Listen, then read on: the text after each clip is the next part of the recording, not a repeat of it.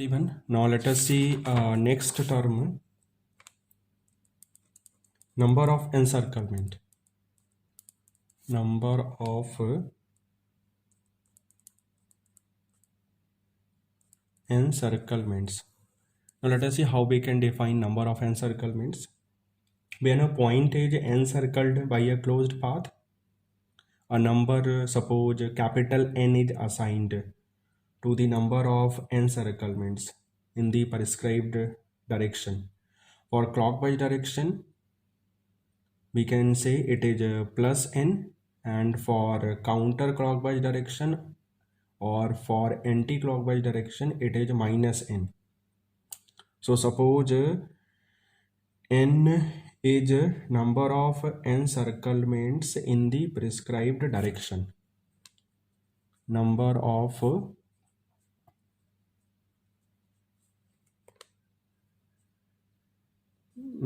encirclements in the prescribed direction.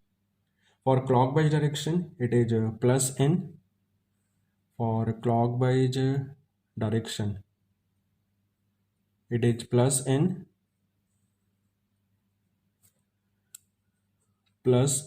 and for anti-clockwise direction, or you can say for counter-clockwise direction, it is minus n.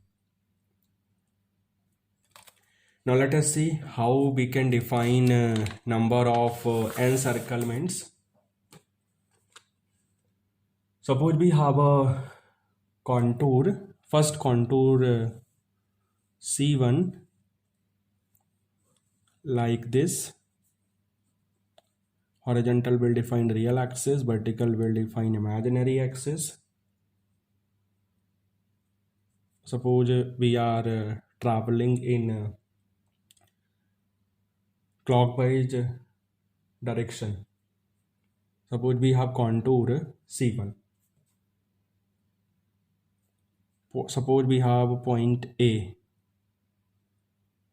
inside the contour C1. We can say A is encircled by contour C1.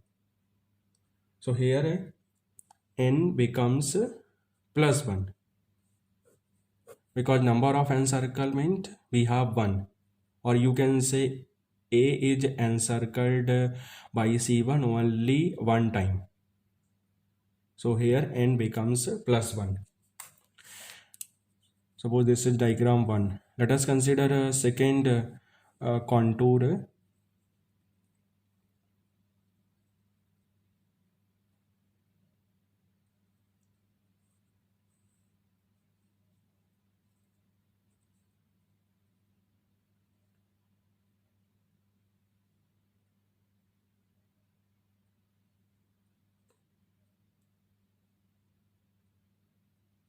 Second contour like this,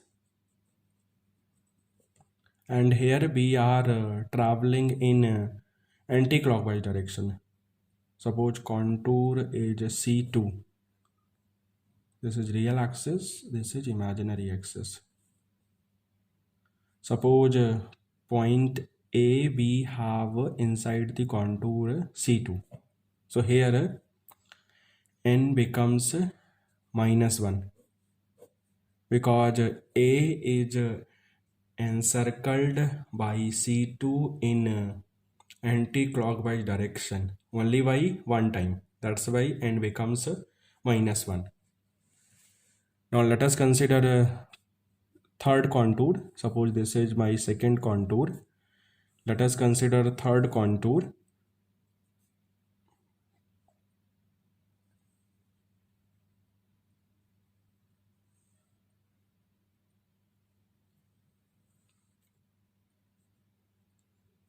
Suppose direction is clockwise.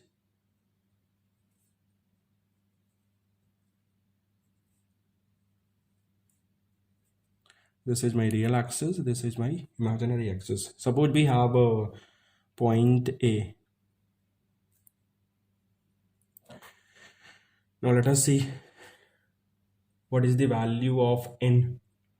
Here n becomes plus 2 because A is encircled by contour, suppose C3 in clockwise direction by 2 times.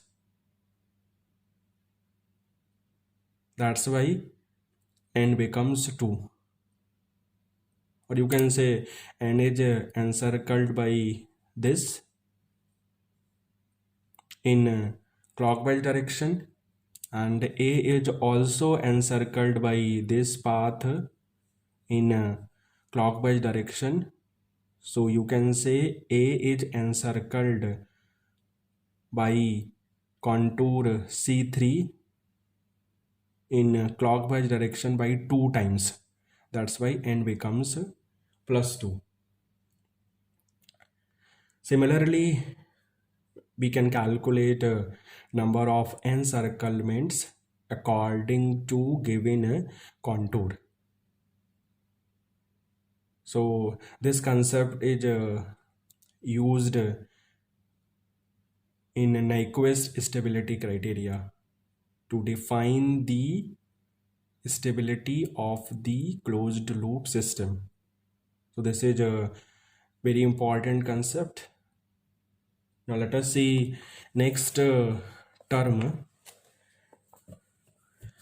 or next topic to understand the Nyquist stability criteria. It is a relation between poles and zeros of open loop and closed loop system. Relation between poles and zeros of open loop and closed loop system. Open loop and closed loop system. Now let us consider closed loop system block diagram. Already we have seen in unit first. In block diagram we have forward path transfer function g of s, feedback path transfer function h of s. We have controlled output c of s, and reference input we have r of s, and here we have suppose negative feedback. So according to the diagram we can write overall transfer function or closed loop transfer function cyr according to g of s over 1 plus g of s h of s. With the help of cyr we can write the characteristic equation, and characteristic equation we can write with the help of 1 plus g of s h of s. Suppose this is my second equation, this is my first equation. So first we'll define overall transfer function as per block diagram, or you can say closed loop transfer function, and second we'll define characteristic equation for the system. Now let us consider g of s or open loop transfer function is n by d, numerator polynomial, dg means denominator polynomial. Similarly we can write h of s as n subscript h over d subscript h, and we'll define numerator polynomial for h of s, or you can say for feedback path transfer function d subscript h will define a denominator polynomial for h of s or for feedback path transfer function. Therefore we can write open loop transfer function g of s h of s as ng nh over d subscript g d subscript h. Suppose this is my third equation. Now we can define characteristic equation with the help of 1 plus g of s h of s. So we have characteristic equation d subscript g d subscript h plus n subscript g n subscript h over d subscript g d subscript h. Suppose this is my fourth equation. Third will define open loop transfer function Fourth, we'll define characteristic equation.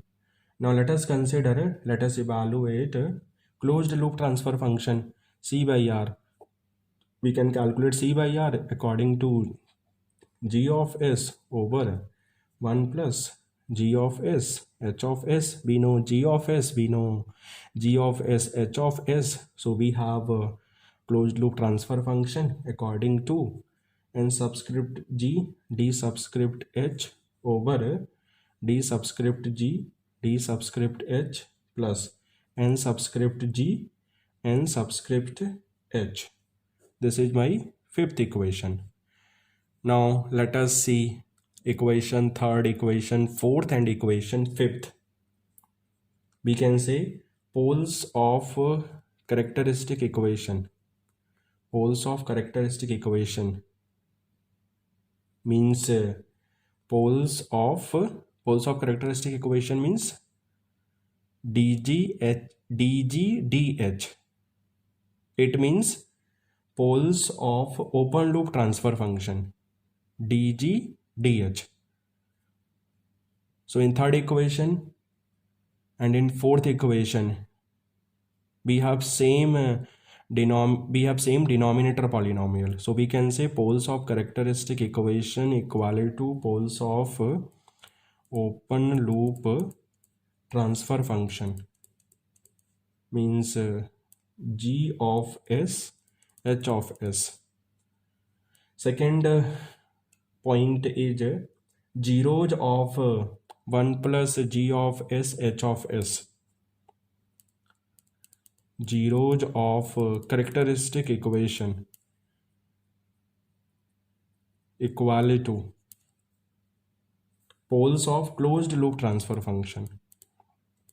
Poles of closed loop transfer function from fourth and fifth.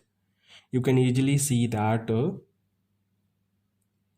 numerator polynomial for fourth equation is same as denominator polynomial for fifth equation. And in fourth equation, you know, numerator polynomial will define zeros of characteristic equation, and in fifth equation denominator polynomial will define poles of the closed loop system. That's why second point is zeros of characteristic equation is equal to poles of closed loop transfer function. So this is a relationship between poles and zeros of open loop and closed loop system, or you can say relationship between poles and zeros of open loop and closed loop system according to characteristic equation. Thank you. In next video we will discuss mapping theorem or principle of argument. Most important concept to define the Nyquist stability criteria. Thank you.